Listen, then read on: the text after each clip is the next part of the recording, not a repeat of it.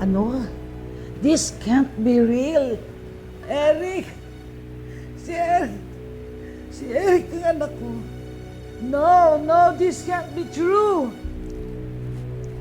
Oh, no. Mama, ano nangyayari? Si Eric. Si Eric.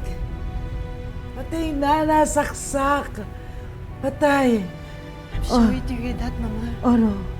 No. Where's my driver?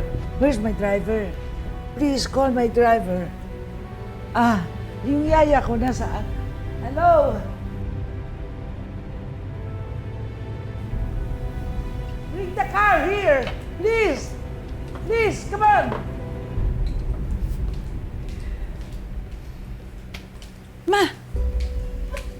Bakit nagmamadali si Lola? What happened? Well. Ang long lost Tito Eric mo, patay na. After ng papa mo, sumunod na rin ang panganay ni Mama.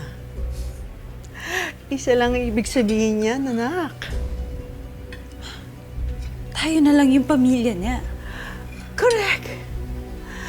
At may ibig sabihin pa yon.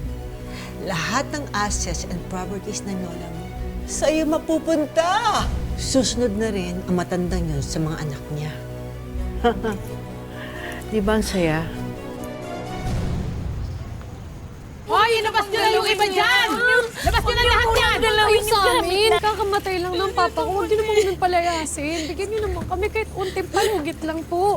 Palugit! Hoy! Kahit buhay pa yung tatay nyo, malaki na ang utang nyo sa akin! Ilang buwan ko na kayong pinagpapasensyahan, pero ibang usapan na ito ngayon! Kailangan ko rin ng pera, no? Tessa, wag na kami paalisin. Wala kami matutuluyang iba eh. Ano ka po rin? Pasensyahan tayo! Kulang pa nga yung mga appliances nyo na nahakot ko dito para pambayad.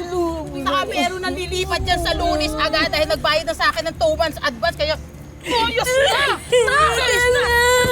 Maraming salamat sa pagsama sa ating istorya sa Tadhana. Nakaka-relate ka ba sa ating mga bida? Nako, i-comment mo na yan para sa iba't ibang kwento na punong-puno ng pag-asa at inspirasyon. Mag-subscribe na sa GMA Public Affairs at YouTube channel.